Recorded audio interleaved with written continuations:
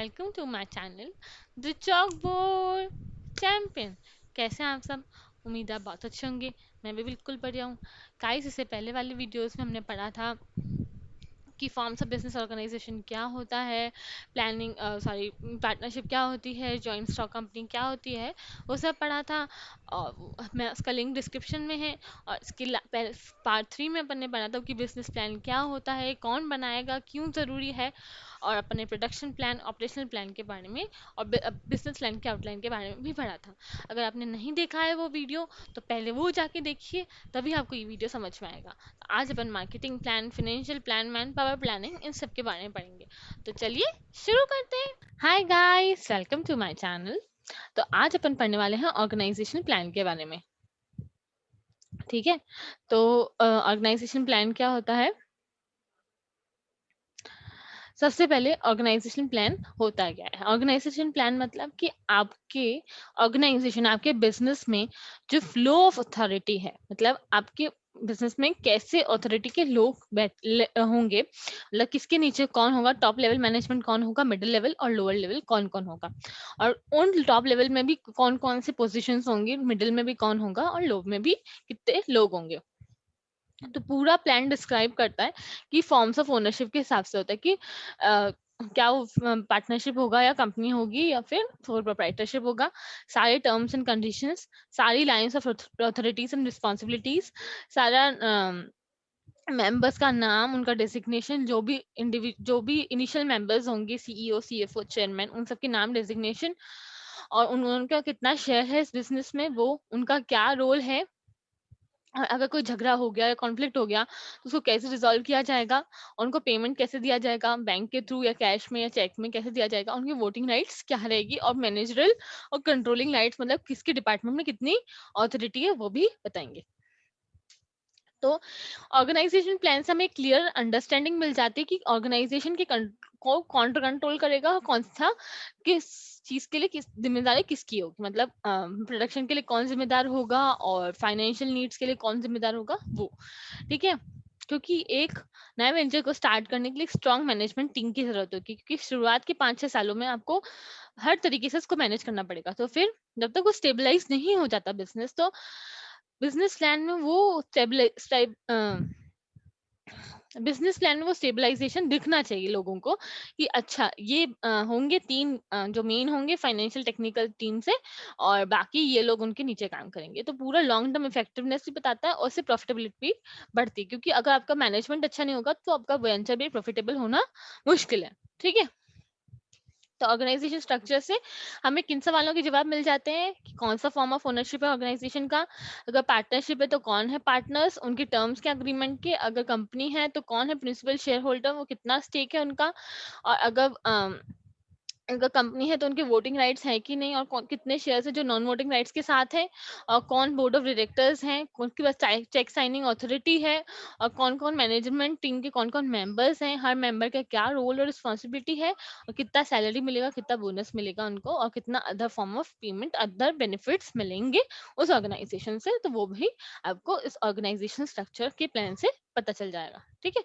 अब है financial plan. ये बहुत ज़रूरी प्लान होता है, क्योंकि इसमें आप अपना पैसा इन्वेस्ट करेंगे, कैसे इन्वेस्ट करेंगे, कहाँ इन्वेस्ट करेंगे, वो सब पता चल जाता है। तो फाइनेंशियल प्लान, एक बहुत अच्छा फाइनेंशियल प्लान बनाना पड़ता है, क्योंकि बिजनेस में पैसा लगाते हैं और पैसा ही बहुत ज़रूरी होता है। तो क्योंकि फाइनेंशियल नीड्स आपको फुलफिल करनी पड़ती है बिजनेस की, आपको फंड्स, अगर आपके पास फंड्स नहीं है तो आप कहाँ से रेस करेंगे वो भी बताता है, और उससे पता चलता है कितना हमारा रेवेन्यू आएगा, मतलब कितना सेल्स होगी, कितना उस पर कॉस्ट होगा, कितना हमें प्रॉफिट बचेगा, कैश फ्लो कितना होगा, वो सब बताता है।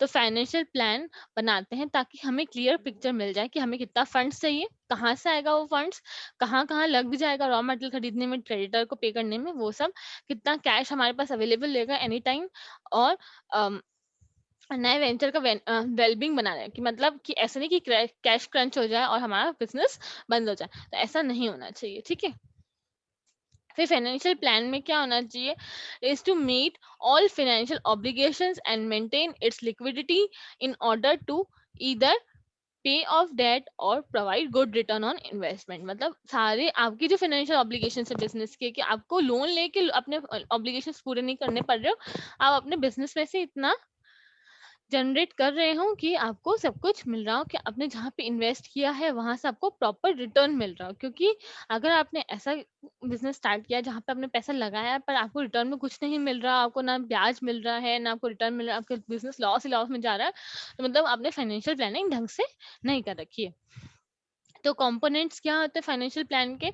सबसे पहला कि इन्वेस्टमेंट डिसीजंस कौन से होते हैं, और फाइनेंसिंग डिसीजन क्या है, income statements, cash flow, performance, performance मतलब प्रोजेक्शंस है ना, balance sheet, break even analysis और इकोनॉमिक एंड सोशल वेरिएबल्स। तो एक एक टॉपिक को अपन ध्यान से पढ़ेंगे।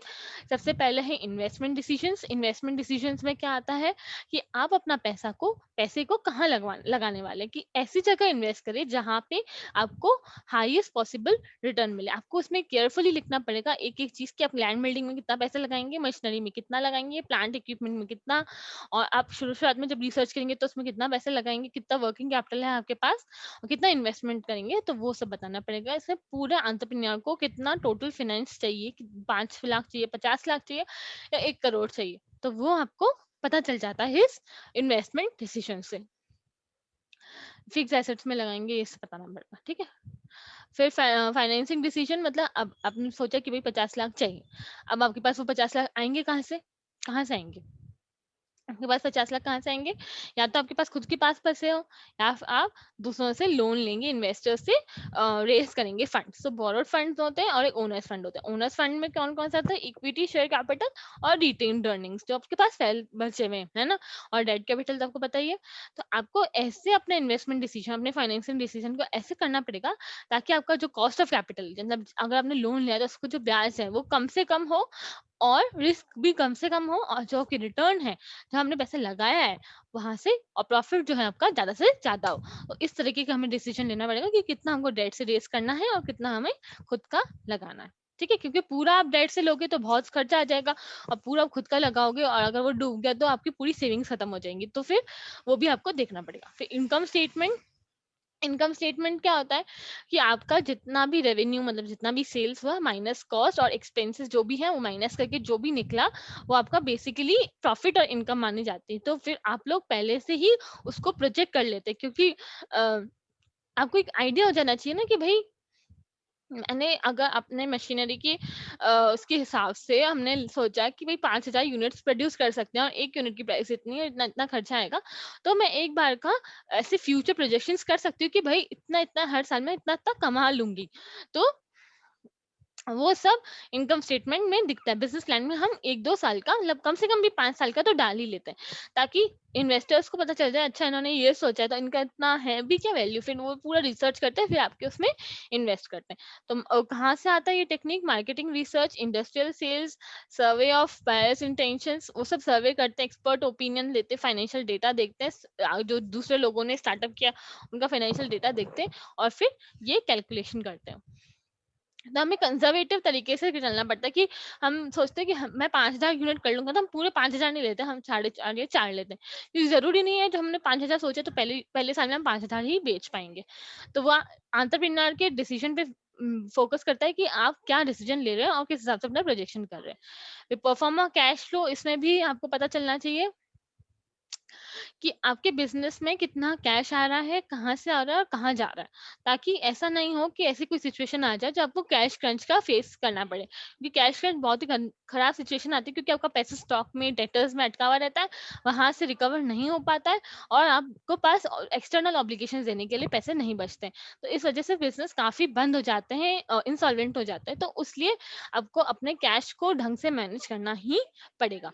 तो वो भी आप प्रोजेक्शंस कर लेते हैं कि अच्छा यहाँ से इतना कैश आएगा, इतना जाएगा, तो इन्वेस्टर्स के साथ आइडिया मिल जाता है कि चलो अगले 5 साल तक इनके कैश क्रंच नहीं होगा अगर इनके प्रोजेक्शंस के हिसाब से चला जाए तो। और प्रोजेक्शन को ऐसे बढ़ा चढ़ा के नहीं लिखते हैं, थोड़ा कंजर्वेटिव तरीके से ही लिखते हैं। बैलेंस शीट तो बताइए, अगर इनकम स्टेटमेंट बनी, मतलब प्रॉफिट एंड लॉस बना, कैश फ्लो बना, तो बैलेंस शीट तो ऑब्वियसली बनेगी। अब ब्रेक इवन पॉइंट है, ये बहुत जरूरी है।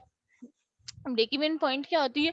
एक ऐसा पॉइंट जहां पे आपने जितना खरीदा है, सॉरी जहां पे आपने जितना बेचा है उतनी ही आपकी कॉस्ट आ रही है। मतलब आपने जैसे आपने यूनिट्स खड़े 2,000 यूनिट्स प्रोड्यूस करें, 2,000 यूनिट्स को सेल करके 10 रुपए का एक यूनिट है, 20,000 रुपए लगे, और उन्हीं 2,000 यूनिट्स को प्रोड्यूस करने में भी आपको उतने ही लगे हैं, मतलब उन 2000 यूनिट्स को प्रोड्यूस करने में भी आपको उतने ही 20,000 रुपए ही लगे हैं। तो अगर आप 2000 यूनिट सेल करेंगे तो आपको नो प्रॉफिट नो लॉस होगा। तो मतलब हमेशा आपको ब्रेक इवन पॉइंट से ऊपर ही सेल करना पड़ेगा, क्योंकि उसके बाद ही आपको प्रॉफिट होना स्टार्ट होगा। मान लो कि 2000 यूनिट्स का लिया था ना, तो आपने 4000 यूनिट्स प्रोड्यूस करे पर बिके सिर्फ 2000 यूनिट्स ही हैं। तो ऐसा माना जाएगा कि भाई इतना ही अपने कॉस्ट लगी, तो फिर कॉस्ट और रेवेन्यू इक्वल होता है, तो वो ब्रेक इवन पॉइंट होता है। तो मैं एंटरप्रेन्योर हमेशा कोशिश करता है कि ब्रेक इवन पॉइंट से ऊपर ही सेल करे, क्योंकि उसके बाद ही वो प्रॉफिट कमाना स्टार्ट कर देता है। वरना या तो मिनिमम तो इतना करे कि जितना उसका कॉस्ट लगा है उतना तो वो रिकवर हो ही जाए। तो एक ऐसा पॉइंट ये होता है। ठीक है, तो एक बार डेफिनेशन पढ़ लेते। Break even point is the level of volume of production at which firm neither makes a profit nor make a loss.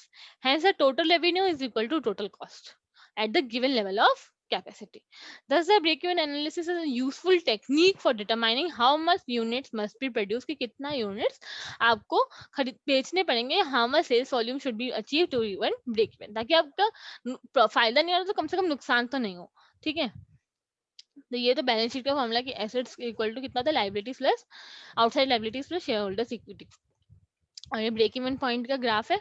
अब देख सकते हैं यहाँ पे जो रेवेन्यू है वो रेवेन्यू और कॉस्ट, रेवेन्यू हमेशा 0 से स्टार्ट होता है और जो कॉस्ट है वो ऊपर से स्टार्ट होता है हमेशा। तो फिर यहाँ पे आपका जो भी पॉइंट जहाँ पे मीट करते हैं वो ब्रेक इवन पॉइंट है। ठीक है, हाँ यहाँ पे इस पॉइंट में ये ब्रेक इवन पॉइंट है ना। यहाँ पे जो पॉइंट आपको दिख रहा है वो ब्रेक इवन पॉइंट है। ठीक है, फिर लास्ट है economic and social variables. Economic and social variables क्या होता है कि बिजनेस की सोशल रिस्पॉन्सिबिलिटी होती है कि जो भी बिजनेस सेटअप कर रहे हो तो इन्वायरमेंट को डैमेज नहीं कर पाए, क्योंकि बिजनेस को सोसाइटी में सरवाइव करना है। और अगर उसको सोसाइटी में सरवाइव करना है तो उसको ध्यान रखना पड़ेगा कि क्या वो पोल्यूशन कंट्रोल तो रख रहा है, एम्प्लॉयमेंट जनरेशन कर रहा है उस सोसाइटी में, उस एरिया में, इम्पोर्ट सब्सटीट्यूशन मतलब वो ऐसा प्रोडक्ट प्रोड्यूस कर रहा है जिसकी वजह से हम जो दूसरे मैन्युफैक्चरर्स इंपोर्ट कराते हैं वो रॉ मटेरियल वो हमसे ही ले सकते हैं। हमने लोकल रिसोर्स यूटिलाइजेशन किया है ताकि हम इंपोर्ट नहीं कर सके, तो उससे भी हमारा बहुत कंट्री का भी फायदा हो और उस एरिया का भी डेवलपमेंट करें कि हम लाइटें वाइटें लगवा लें जहाँ गाँव वाले एरिया में सेटअप करें तो उनको भी फायदा हो। तो सोशल रिस्पॉन्सिबिलिटी फुलफिल करनी पड़ती है। इससे क्या होता है, उनको यही फायदे होते हैं। गोल मिलता है उनको, लॉन्ग टर्म जलता है उनका बिजनेस, सिंसियरिटी मतलब लोग उनको अच्छी नजरों से देखते हैं कि ये तो कंपनी बहुत अच्छी है, मार्केट में भी उनका बनता है, रिस्पॉन्सिबिलिटी भी रहती है और बैलेंस रहता है चीजों का। और लास्ट है रिसाइकल भी करते हैं तो लोग उनको एक्सेप्ट भी करते हैं और रिसोर्सेज भी उनको अच्छे से मिल जाते हैं। तो जहाँ जो जो एरिया, तो ये भी आपको बिजनेस प्लान में लिखना पड़ेगा। तो आप जो जो चीजों को क्वांटिफाई नहीं कर सकते कि कितना आप एम्प्लॉयमेंट जनरेट कर देंगे, तो आप उनको क्वालिटेटिव टेक्निक से आपको लिखना जरूरी है उसमें अपने बिजनेस प्लान में। ठीक है, अब है man power planning. Man power planning क्या होती है कि आपने जो अपने बिजनेस में काम किया है, मतलब जो भी आपने पैसा लगाया है, तो आप कितने लोगों को एम्प्लॉयमेंट दे सकते हैं, कितने लोगों की आपके उसमें जरूरत है। तो मैन पावर प्लानिंग क्यों क्यों की जाती है, क्योंकि हर बिजनेस को फ्लरिश करने के लिए उनके मैन पावर बहुत काम आता है। क्योंकि अगर मैन पावर नहीं होगा, अगर लोग ढंग से काम नहीं करेंगे तो बिजनेस सक्सेसफुल हो ही नहीं सकता। अगर कोई ऐसी बिजनेस है बिल्कुल मैनेजमेंट अच्छा नहीं है, भले उसने कितना 1 करोड़ 2 करोड़ 5 करोड़ लगा दियो, तो आपका पैसा बिल्कुल डूब जाएगा, वो कम सक्सेसफुल होगा इन कंपेयर टू ऐसा बिजनेस जिसकी मैनेजमेंट टीम बहुत अच्छी है, तो वो जल्दी उतना प्रॉफिट कमा लेगी। क्योंकि डेडिकेटेड लॉयल और एफिशिएंट जो प्रोफेशनल्स और हमारे एम्प्लॉयज होते हैं वो ही हमारे बिजनेस को बहुत सक्सेसफुल कर सकते हैं।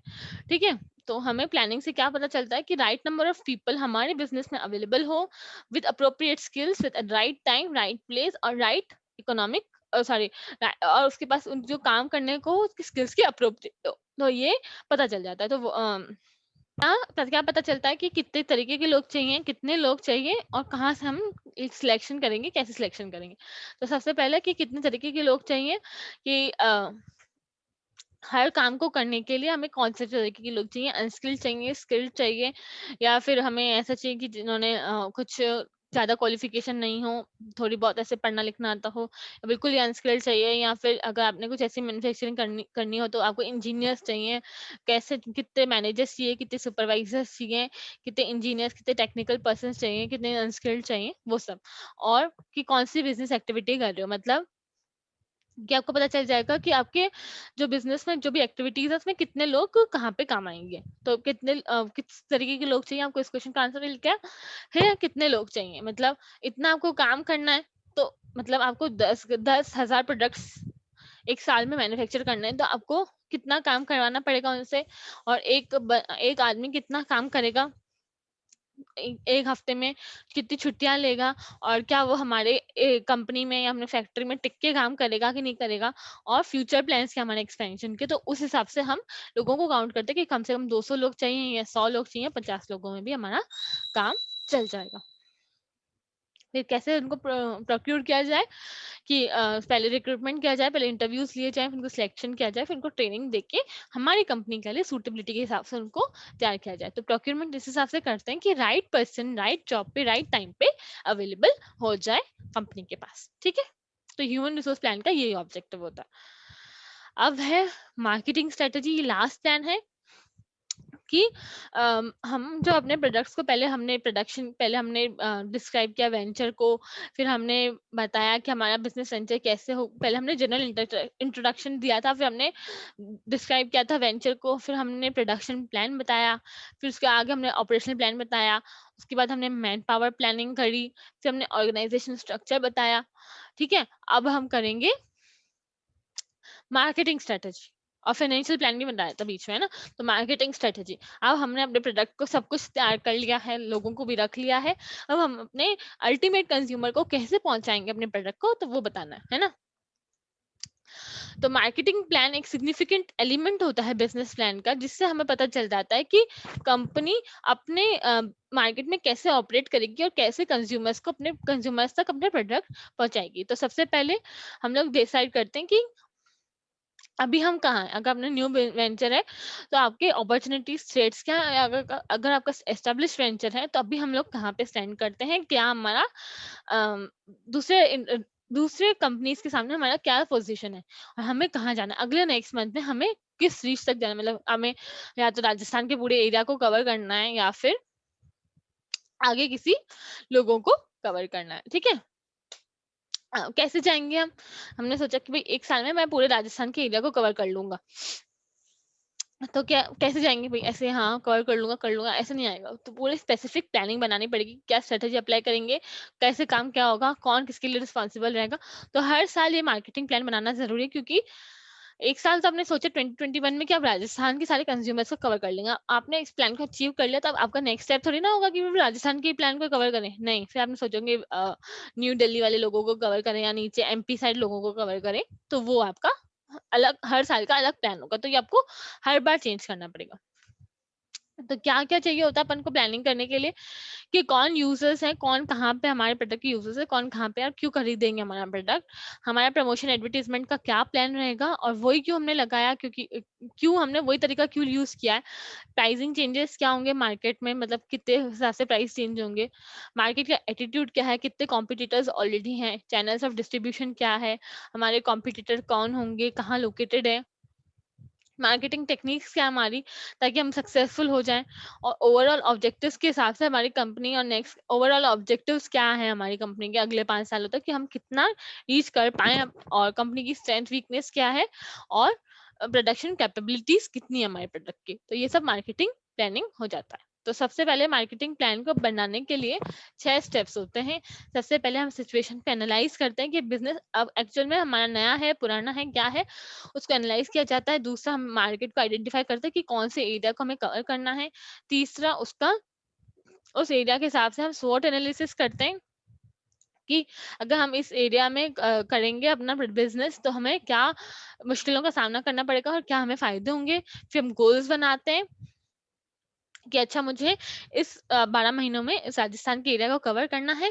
फिर स्ट्रेटेजी बनाते हैं कि भी किस हिसाब से कवर करेंगे और लास्ट में इम्प्लीमेंट करते हैं। हर स्टेप को अपन डीप डाइव करेंगे।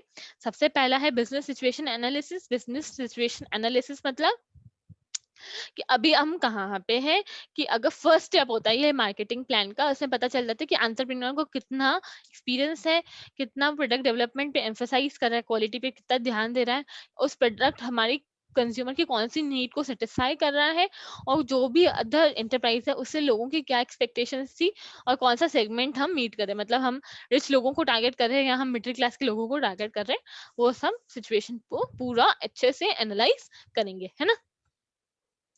तो बिजनेस एनालिस्ट का माइंडसेट कैसा होना चाहिए कि भाई बिजनेस की सिचुएशन को एनालाइज करने के लिए सबसे पहले हमें बिजनेस से फोकस करना पड़ेगा कि अब प्रॉब्लम क्या है, हर चीज को क्वेश्चन करो, इसके बाद क्या होगा, इसके बाद क्या होगा, फिर लीड करो उसको, फिर कहीं भी प्रॉब्लम्स आते हैं तो उसको सॉल्व करने की कोशिश करो, सब कुछ सिंप्लीफाई करो और सबको रिस्पॉन्सिबिलिटी असाइन करो कि तुम्हारा काम ये है, तुम्हारा काम ये है, और फिर है ना सोल्यूशन का पार्ट बनो, कि ऐसे नहीं एंटरप्रेन्योर दूसरों पे अपना काम छोड़ के जा रहा है, वो भी नहीं, और हर चीज से लर्न करो। तो ऐसा उसका माइंडसेट होना चाहिए। फिर आइडेंटिफाइंग द टारगेट मार्केट, अब आपने सोच लिया अच्छा ये हम यहाँ पे स्टैंड करते हैं, अब हमें इस एरिया में कवर करना है, तो अब हमें डिसाइड करना पड़ेगा कि कौन से इंडस्ट्री या मार्केट को हम लोग परस्यू करने वाले हैं। फिर मार्केट को स्मॉल ग्रुप से बांट देंगे, सबसे पहले कंज्यूमर के हिसाब से और बाइंग सिचुएशंस के हिसाब से, कि कंज्यूमर कौन से उम्र का कंज्यूमर, कौन से जेंडर का कंज्यूमर, और कौन से एज और कौन से सिचुएशन का कंज्यूमर हमारे गुड्स को खरीदेगा, कि मतलब कहाँ कहाँ का होगा वो, और उसकी पर्सनैलिटी लाइफस्टाइल क्या होगी, सेक्स एज क्या होगा, वो सब। बैंक सिचुएशन में मतलब कि अब मिडिल क्लास होगा, वो कैसे यूज करेगा, वो सब बताएंगे। ठीक है, और डिजायर्ड बेनिफिट्स, उससे हमें क्या, कंज्यूमर को क्या फायदा मिलेगा, वो सब फीचर्स बताएंगे प्रोडक्ट्स के। अब सेगमेंट, कि कौन से सेगमेंट को बताया था ना आपको मैंने, सेगमेंट मतलब कौन से मिडिल लेवल, मिडिल वाले लोगों को, रिच लोगों को फोकस करता है, जैसे आईफोन जो है वो रिच लोगों को फोकस करता है, कि रिच लोग हमारे फोन को यूज करें, है ना। उसके बाद फिर वो उसी जो एक साल पहले वो फोन 1.5 लाख का मिल रहा होगा, वो थोड़े 1-2 साल बाद वही फोन 60, 70, 50 का मिलता है, कि वो हर लेयर को, हर मार्केट सेगमेंट को फोकस करते हैं, कि पहले भाई जो भी रिच लोग हैं पहले मेरे फोन के नए वर्जन को खरीद लें, उसके बाद धीरे धीरे वो वर्जन पुराना हो जाएगा तो फिर मिडिल लेवल लोग भी उनको अफोर्ड कर पाएंगे, तो फिर वो खरीदें। फिर मार्केटिंग प्लान डेवलप करना है ना। ये SWOT एनालिसिस मतलब उस मार्केट का आप SWOT एनालिसिस करते हैं कि आपकी स्ट्रेंथ क्या है, अगर आपने उस मार्केट में एंटर किया तो आपके पास ऐसा क्या है जो दूसरों के पास नहीं है, आपका मार्केट क्यों चलेगा, आपका प्रोडक्ट क्यों चलेगा, आपकी क्या वीकनेस है, कि भाई आपका लोकेशन सही नहीं है या फिर आपका कुछ प्रॉब्लम है वो, और क्या क्या आपको फायदे मिलेंगे और क्या क्या हो सकता है कि इस वजह से आपको नुकसान हो। जैसे मुंबई में सेटअप करें तो बारिश वारिश की वजह से आपको बिजनेस को कोई नुकसान तो नहीं पहुंचेगा, तो वो सब आपको एनालिसिस करना पड़ेगा। फिर है मार्केटिंग स्ट्रेटेजी, कि मतलब अब आपने डिसाइड कर लिया कि भाई मुझे 12,000 प्रोडक्ट्स एक साल में मैन्युफैक्चर करने हैं, तो अगर आपको कैसे मैन्युफैक्चर करेंगे, वो 4 पीस जो होते हैं ना, प्रोडक्ट, प्राइस, प्लेस और प्रमोशन, कि कौन सा प्रोडक्ट होगा, क्या प्राइस में होगा, और 12,000 क्यों, कैसे मैन्युफैक्चर, मैन्युफैक्चर तो कर लोगे, अब क्या लोग खरीदेंगे कि नहीं, पता चला आपने 12,000 तो मैन्युफैक्चर कर लिया, उसको आपने अचीव कर लिया, पर आपको लोगों ने एक्सेप्ट ही नहीं किया, प्रोडक्ट्स 1,000 प्रोडक्ट्स भी नहीं बिके, तो वो आपको भी वो भी देखना पड़ेगा, और इम्प्लीमेंट करो प्लान को, मॉनिटर करते रहो, उसको फ्लेक्सिबल रखो प्लान को, क्योंकि कंज्यूम मेन हमारा गोल क्या होता है कि कंज्यूमर को खुश करना, हमारे प्रोडक्ट्स को एक्सेप्ट करे, तो नेसेसरी एडजस्टमेंट तो आपको करने ही पड़ेंगे मार्केटिंग प्लान में, है ना। तो मार्केटिंग प्लान से क्या मिलता है हमको, कि बैकग्राउंड पता चल जाता है, स्ट्रेंथ वीकनेस पता चल जाती है, वेंचर की, कॉम्पिटिटर के बारे में पता चल जाता है, उसके हमारे गोल्स पता चल जाते हैं, स्ट्रेटजी पता चल जाती है, कितना बजट लगेगा हमारे प्रोडक्ट को मैन्युफैक्चर करने में, मार्केट करने में, और कंट्रोल्स भी लगा लेते हैं। और लास्ट है ये assessment of risk and appendix, ये लास्ट होता है कि लास्ट में जैसे अपन बिब्लियोग्राफी और ये सब रखते हैं ना, कि हमने कहाँ से सर्वे लिया, क्या किया, क्या हैजार्ड्स हम फेस करेंगे, किस तरीके का रिस्क हम फेस करेंगे, वो सब हम यहाँ से पता करते हैं, हमारे कौन से कॉन्ट्रैक्ट्स एंड एग्रीमेंट्स है। तो बिजनेस टाइम टू टाइम इस वजह से फेल हो जाते हैं कि भाई उन्होंने ढंग से प्लानिंग नहीं कर रखी होती, क्योंकि प्लान बहुत जरूरी होता है। हर प्लान में आप देखेंगे कि ऑपरेशन प्लान अलग होता है, प्रोडक्शन अलग होते हैं, फाइनेंशियल अलग होता है, मार्केटिंग अलग होते हैं, हर प्लान का अलग अलग अपना अपना वो है, इम्पोर्टेंस है। तो बिजनेस प्लान को बहुत ही कॉम्प्रिहेंसिव होना जरूरी है, इसलिए एंटरप्रेन्योर को ऐसे ही उसको फॉर ग्रांटेड नहीं लेना चाहिए, ढंग से बिजनेस प्लान बनाना चाहिए, क्योंकि उसकी बिजनेस प्लान पे ही उसे बिजनेस का सक्सेसफुल होना डिपेंड करता है। ठीक है, तो बिजनेस प्लान का एक शॉर्ट समरी है। सबसे पहले इंट्रोडक्टरी पेज होता है जिसमें नाम और एड्रेस होता है बिजनेस का। फिर प्रिंसिपल मतलब एंटरप्रेन्योर का नाम होता है, कौन क्या तरीके का बिजनेस कर रहे हैं, कितना फाइनेंस चाहिए, कॉन्फिडेंशियलिटी क्या है इस रिपोर्ट की। फिर समरी की एग्जीक्यूटिव समरी, ये अच्छा कोई भी मैगजीन देखते हैं या कोई भी ऐसा प्रोफेशनल मैगजीन देखते हैं तो आपको पता चल जाता है कि वो प्रेसिडेंट अपने स्पीच देता है पहले। फिर इंडस्ट्री के एनालिसिस करते हैं कि पहले पहले क्या है इंडस्ट्री, इसमें कौन से सेगमेंट है, कौन से लोग इंडस्ट्री, वो जो इंडस्ट्री कौन से लोगों को सर्व करती है और कितने कॉम्पिटिटर्स है वो सब। वेंचर के बारे में बताएंगे, हमारे बिजनेस वेंचर के बारे में, कौन से प्रोडक्ट हम दे रहे हैं, कौन सा सर्विस, कौन क्या साइज हमारे बिजनेस का क्या होगा, कितने ऑफिस इक्विपमेंट होंगे और कितने लोग होंगे, और एंटरप्रेन्योर का पूरा बैकग्राउंड। फिर प्रोडक्शन प्लान में हम मैन्युफैक्चरिंग प्रोसेस बताएंगे, हमारा प्लांट लेआउट बताएंगे, हमारी कितनी मशीनरी कौन सी है, सप्लायर्स कौन होंगे रॉ मटेरियल के वो बताएंगे। फिर ऑपरेशन प्लान में हम कंपनी के ऑपरेशंस के बारे में बताएंगे, कैसे गुड्स एंड सर्विसेज मार्केट में फ्लो हो गए वो बताएंगे, और टेक्नोलॉजी को हम कैसे यूटिलाइज कर रहे हैं वो बताएंगे। फिर मार्केटिंग प्लान में क्या जाएगा कि प्रोडक्ट प्राइस प्लेस और प्रमोशन वो बताएंगे कि कैसे डिस्ट्रीब्यूट किया जाएगा हम अपने प्रोडक्ट को। ऑर्गेनाइजेशन प्लान में बताएंगे कि फॉर्म ऑफ ओनरशिप क्या है, कि पार्टनरशिप है, सोल प्रोप्राइटरशिप है, कि कंपनी स्टार्ट कर रहे हैं। ठीक है, और पार्टनरशिप है तो कौन से पार्टनर्स हैं, क्या प्रिंसिपल्स की अथॉरिटीज है, क्या रोल्स रिस्पॉन्सिबिलिटीज है सबकी। असेसमेंट ऑफ रिस्क में क्या बताएंगे, हमारे बिजनेस की क्या वीकनेस है, कौन सी टेक्नोलॉजी है, कौन से प्लान बना रखे हैं हमने कंटिजेंसी की, कोई नुकसान हो गया तो इंश्योरेंस कवर क्या ले रखा है। फाइनेंशियल प्लान में हम income statement, cash flow, break even analysis, balance sheet और application of funds and sources of fund बताते हैं। और अपेंडिक्स में लास्ट में लीज कॉन्ट्रैक्ट जो भी रिसर्च डेटा है वो सब बताएंगे। ठीक है, तो ये चैप्टर आज यहाँ खत्म होता है। Q&A सेशन मैं अगले वीडियो में लूंगी जिसमें मैं आपको थोड़ा सा रिवीजन करवा दूंगी पूरे चैप्टर का, और फिर अपन Q&A और MCQs सॉल्व करेंगे। तो आज के लिए बस इतना ही। मुझे इतना सुनने के लिए thank you so much. Bye guys, like करें, शेयर करें, सब्सक्राइब करें इस चैनल को। बाय।